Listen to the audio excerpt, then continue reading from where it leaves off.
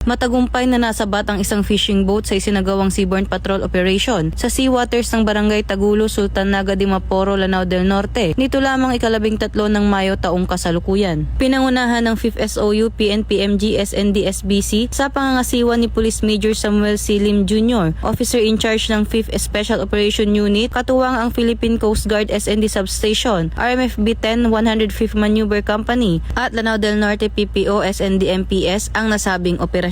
Kinilala ang suspect na si alias Orlan, lalaki, 53 anyos at residente ng Barangay Panigayan, Isabela City, Basilan. Nakumpiska sa suspect ang isang fishing boat na may pangalan na FBKC Realin at tinatayang nagkakahalaga ng 950,000 pesos, isang Isuzu B8 engine na nagkakahalaga ng 50,000 pesos, isang fishnet na nagkakahalaga ng 30,000 pesos, 20 piraso ng fish foam na nagkakahalaga ng 5,000 pesos at isang anchor na may price value na 8,000 pesos. Ang naarestong suspect at ang mga nakumpiskang ebidensya ay kasalukuyang nasa pangangalaga ng SND-SBC para sa dokumentasyon at tamang disposisyon. Patunay lamang na ang PNP Maritime Group sa pamumuno ni Police Brigadier General Lou Frias Evangelista ay naglalayong imulat ang mga komunidad sa baybayin o coastal community tungkol sa mga batas at maging katuwang ang mga mangingisda sa pagprotekta sa dagat alinsunod sa layunin ng PNP na maging pundasyon ng isang maayos na ekonomiya, ligtas at legal na pangingisda para sa bagong Pilipinas, serbisyong mabilis, tapat at nararamdaman.